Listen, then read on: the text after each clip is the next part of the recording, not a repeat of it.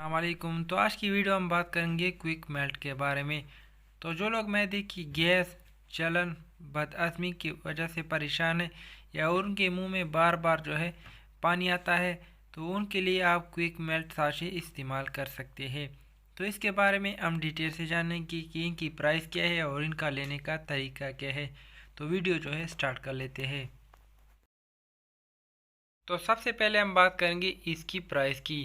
तो ये आपको मार्केट में तकरीबन 22 या 20 रुपए के दरमियान एक साशा मिल जाएगा, जो कि पाउडर फॉर्म में होता है।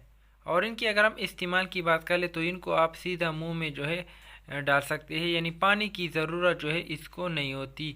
तो इनके इस्तेमाल से अगर आपके मैदे में तेज़ाबियत है या जलन है या गैस है या बदअज़मी है या आप बार बार मैदे की वजह से परेशान है, तो आप ये साशा रोज़ाना एक सुबह और एक शाम को इस्तेमाल कर सकते हैं।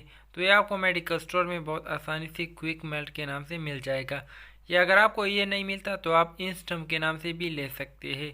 तो इनके इस्तेमाल से आपकी जो मैदे में जलन, गैस, ये बदहज़मी है वो ख़त्म हो जाएगी।